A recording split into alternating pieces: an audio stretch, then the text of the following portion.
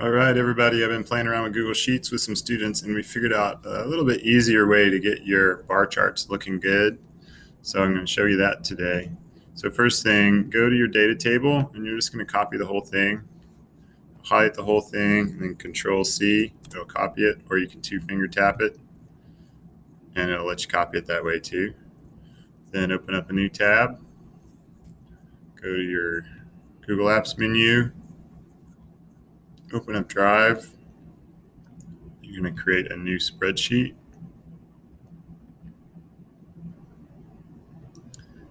On Google Sheets, new Google Sheet. Get my new Google Sheet open. I'm going to paste my data.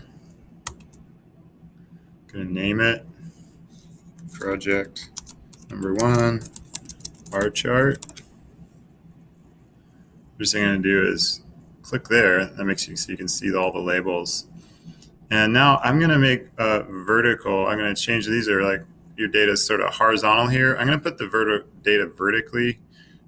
Google seems to like that better. X on the left and Y on the right is the standard sort of mathematical formulation. And I want my independent variable to be the X variable or the horizontal variable. And that's going to be baking soda. So I'm just looking for two numbers. My dependent variable, which was height here, the rocket, how high did it go? These are all things that I could control: the amount of vinegar, the amount of baking soda, and the ratio. The ratio is just they divided these two numbers.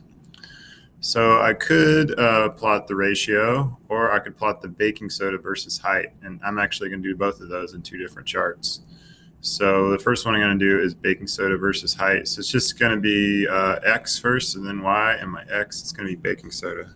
So I can copy this actually. Control C, put it here. And looking, if you click here, double click that line, it automatically makes this wide enough so you can hold it. And then what most people use for tablespoons is not TBL, it's TBSP. So I'm going to change that and resize that again. And then this is going to be height. Control C, copy that. Copy that. And you can either type now or copy and paste your numbers. Control C, Control V. Control C, Control V. Control C, Control V. Maybe clean these up. You can only have numbers and no units or it won't work. So you got to get rid of those letters. All right, now the height. I'm just going to type this: 5, 7, 9. Just double check my numbers: 1.5, 3, and 4.5, and then 5, 7, and 9. Okay. The formatting doesn't really matter. Different size font, it'll all fix that in the chart, and we're just going for a chart. So you highlight that area, go to Insert, Chart.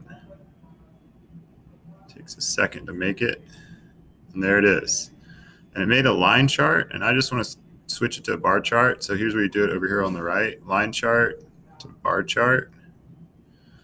And it's pretty much done. I've got my height and my baking soda. A couple things I'm going to do: I'm going to go to Customize and then Series, and I'm going to create data labels so you can see exactly what that number was. And not error bars because I don't have any averages, so I can't do error bars, but I can do a trend line. I'm just going to do a line. And here we go. Amount of baking soda and height.